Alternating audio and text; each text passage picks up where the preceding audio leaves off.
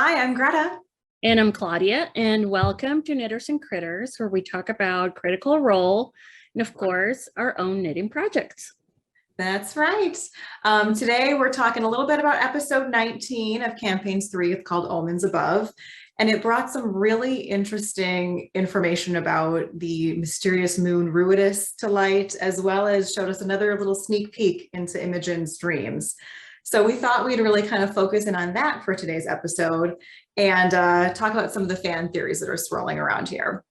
But before we get into that, we finally got to meet Astani in this episode. Finally. Yeah, what did you think about that lonely seeming old man? I know, it seems like the old men are all over the place in this campaign. Like first it was Bertrand, then it's, crabby old Chetney, and right. now it's Astani. I'm just glad they're moving along because, I wanted them to kind of do something already. And I was very excited that they met him. And I think there's a lot of stuff that they're going to be able to learn. Yeah. And Astani was able to confirm to them that the Loomis twins were, in fact, all kinds of interested in Ruidus. And particularly they were interested in the solar flares, or moon flares, I guess would be the term for Ruidus. Apparently there's a whole kind of mythology surrounding people born under one of those flares as being like destined for greatness in whatever way that really means. Right. I was laughing so hard when Ashley heard that. You could just see her like perk up and go, "Do you have the calendar I want to see?" Like she wants to check her star sign or something. I know, right? My horoscope.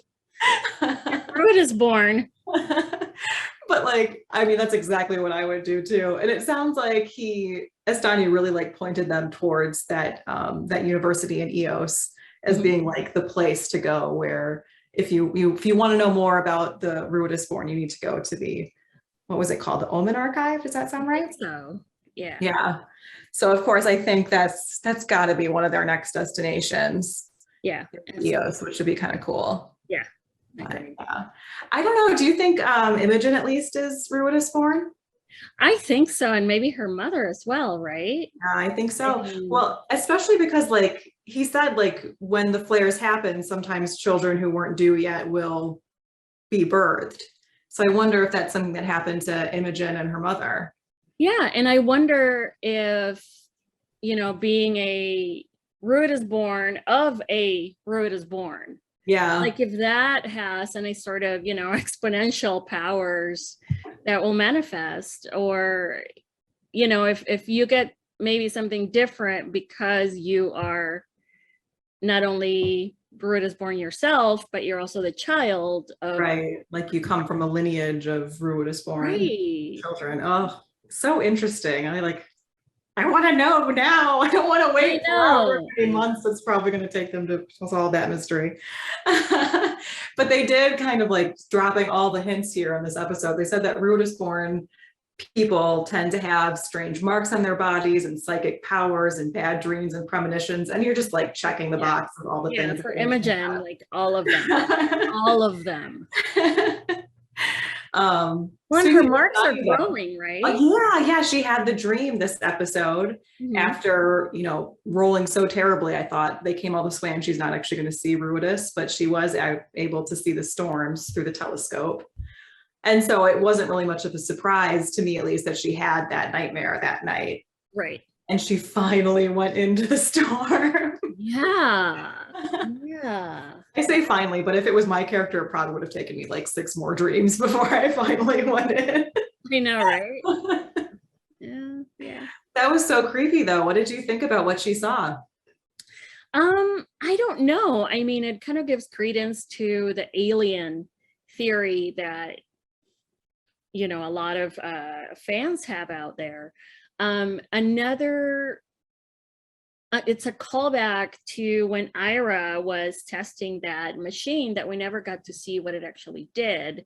Yeah. In one of the earlier episodes. And it's like, well, does that have some kind of alien technology? Yeah. And I mean, Yeah, I saw a lot of people talking about that. I have also seen a couple people, on Reddit, I saw this theory. This is from like a couple of weeks or months ago now, but someone had thrown out there that in campaign 2, the big bad was the Somnovan and this evil floating city.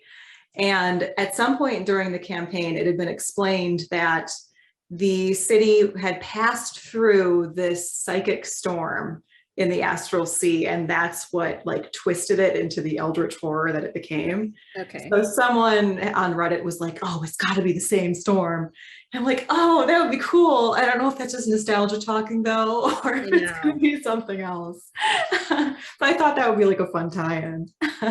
Yeah, I think so too. Just calling back to both campaign 1 and campaign 2. Yeah. I also thought it was a nice little detail to find out that the Loomis twins, had all their stuff with them when, and then it was all gone. So the research and everything they had, their bags and everything is gone. And you just got to wonder how close they were to finding something out. And, unfortunately, it resulted in their deaths.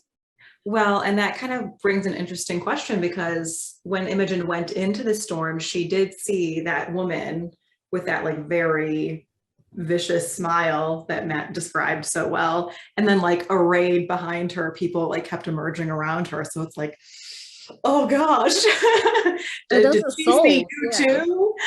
Like, who is that? But I thought it was interesting as well. I think at one point during the episode, Matt had said that it didn't feel, because Imogen had tried to read their thoughts, but she couldn't because, it was just a vision. But he'd said a little bit later that it's not, you didn't get the impression that it was multiple people, rather it was like more one entity with like multiple manifestations. And I was like, ooh, Lucian vibes, like, ooh, right? You're coming back to me. Yeah, I mean, there was so much that we never found out about Lucian and Molly and all that, all that lore.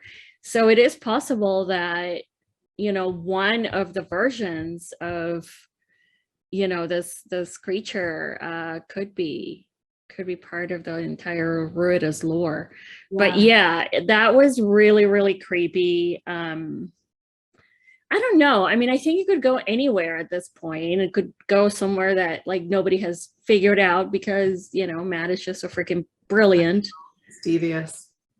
I was watching a different YouTube channel. It was Flutes Loot, I think is the name of the video. We'll link it below because it was a really like well-researched video.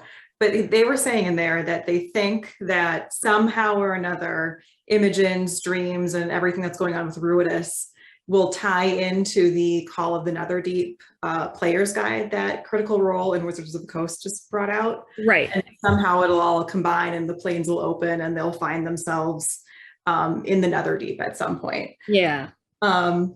Which is a really interesting theory. I think you guys should go and watch it. Tell us what you think. I'm not sure how much I buy into the Netherdeep specifically being the realm that they go to, just because it's underwater. It's an aquatic feature. And it seems like everything that's happening right now is very like terrestrial based, like storms and moons. And I just feel like they'll more likely go to a different plane than necessarily a water plane. Right. That just might be me. Right. But when I was scrolling through that, I saw someone had left a comment. It was, let me find the name just to give the person credit where credit's due. Big Mike BB, gotta love usernames. He was saying that, and I didn't remember this until they mentioned it, but Matt said people have had dreams about red storms during the celestial solstice, which happens about every 30 years. And during the solstice, the planes align and rifts into elemental planes can open. And so they are really thinking that Imogen's dreams are like prophesizing a rift into other planes, which I thought would be really interesting because there have been so many like Feywild creatures showing up in this campaign. Like it seems like maybe the divisions of reality are already a little bit thin. So maybe that's where the whole thing is going. I don't know. I can't wait to find out more. I really, really do. I'm excited about the heist episode, but at the same time, I just want to know what's going on with Ruidus. I know. So let's just pay off this debt and just go immediately to EOS. I don't even care. Oh, like random little interlude in like the garden where Fern went into that. I don't know, maybe the nether name, now that I'm saying. That water plane. Like froggy Fern. Yeah. Yeah. It's so hard when things like that happens. Because like the author in me is like, oh, everything's important because, you know, you only have a limited amount of space. And then I'm realizing, oh no, this is Dungeons and Dragons. There is no limit to space. You can go on to whatever many side quests you want.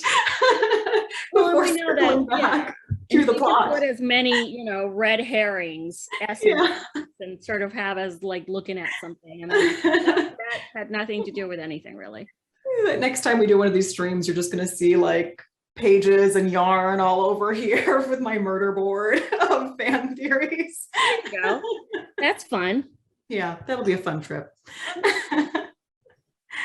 Well, I think that's probably all we have to say about Critical Role for this episode. Should we switch topics and talk about what's on our needles? Let's talk about the knitting.